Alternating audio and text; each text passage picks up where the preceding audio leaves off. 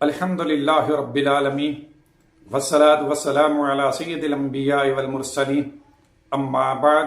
فاعوذ باللہ من الشیطان الرجیم بسم اللہ الرحمن الرحیم۔ حضرات محترم، آج ہم آپ کے سامنے اگر کوئی شخص کسی بنجر زمین کو آباد کر لے تو کیا وہ اس کا مالک ہو جاتا ہے، اس حوالے سے ایک تعارض قائم کریں گے۔ چنانچہ حدیث پاک کا مفہوم ہے کہ نبی کریم صلی اللہ علیہ وآلہ وسلم نے ارشاد فرمایا کہ جس شخص نے کسی بنجر زمین کو آباد کیا تو اب وہ اس زمین کا مالک ہو گیا۔ اس حدیث پاک سے معلوم ہوا کہ اگر کوئی آدمی کسی بنجر زمین کو آباد کر لیتا ہے تو وہ اس زمین کا مالک بن جاتا ہے، جبکہ اس کے برعکس دوسری حدیث پاک کا مفہوم ہے کہ حضور نبی کریم صلی اللہ علیہ وآلہ وسلم نے ارشاد فرمایا کہ جب تک سلطان راضی نہ ہو تو کوئی آدمی کسی بنجر زمین کو آباد کرنے سے اس کا مالک نہیں بن سکتا۔ اب اس حدیث پاک سے معلوم ہوا کہ بنجر زمین کو آباد کرنے والا اس وقت تک اس زمین کا مالک نہیں بن سکتا جب تک کہ بادشاہ وقت اس کو اجازت نہ دے دے یا حکومت وقت اس کو اس کا مالک نہ کر دے، جبکہ اس کے برعکس پہلی حدیث میں فرمایا کہ جس نے بنجر زمین کو آباد کر لیا وہ اس کا مالک ہو گیا۔ دونوں حدیثوں میں بظاہر تعارض معلوم ہوتا ہے۔ اب اس تعارض کے درمیان تطبیق اس طرح قائم ہوگی کہ یاد رکھیں، جو شخص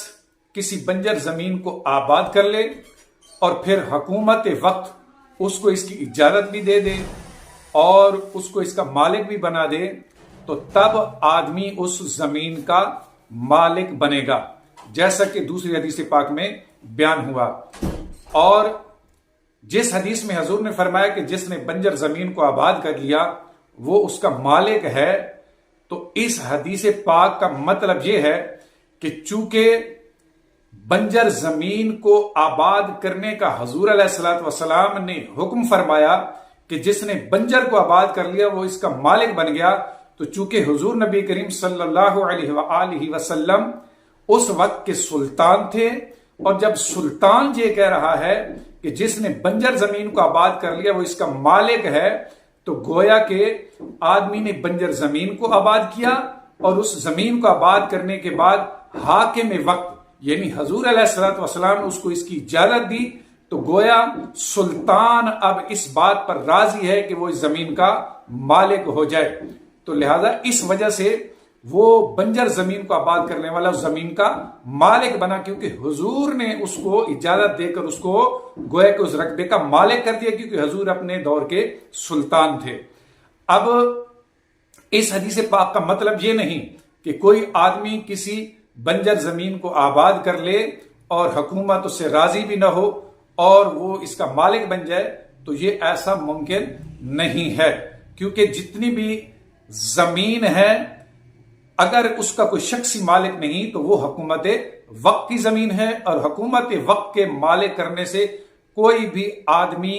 کسی بھی گورنمنٹ کی زمین کا مالک نہیں بن سکتا۔ اگر اس تطبیق کو تسلیم کر لیا جائے